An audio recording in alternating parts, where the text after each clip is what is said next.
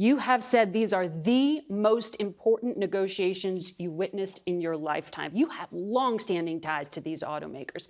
Is it really more significant than when the Bush and Obama administrations bailed out the automakers?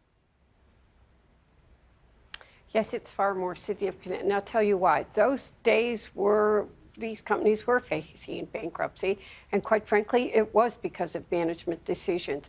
And the auto workers were scared for their jobs, and they stepped up, and they gave away their cost of living increases to help. They gave in 2008 and 2009. Now, the companies are back in a strong position, but we're really where the rubber hits the road. Margaret, we are in a transition of this industry. We're competing in a world marketplace that we are. Some of the countries in Europe, you'll see in the last quarter, the electric vehicle sales are more than 50% of the sales. That's what we're competing in. And we have to make sure the worker is part of this transition. It should not be either or. It needs to be both. We got to make sure the worker can afford to buy that electric vehicle, that they're going to have the support that they do. And we've got to make sure we're paying a fair and decent wage. And all workers, everybody in this country benefits when workers are paid well. But those electric vehicle battery manufacturing plants, so many of them are joint ventures that they are partially foreign owned. They are not unionized.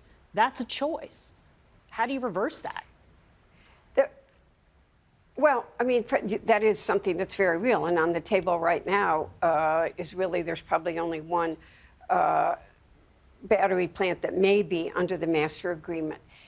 We've got to, it's not an easy question. It's not easy to deal with. And I also want to say something else that everybody doesn't understand.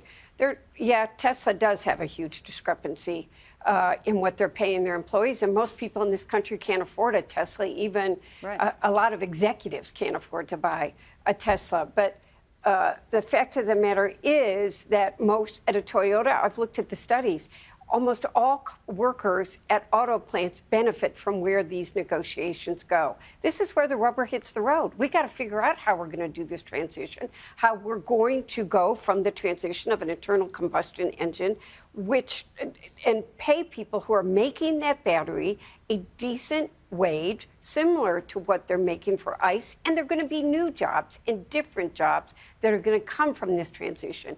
But it's not a talking point moment. This is a real, intentional, hard moment.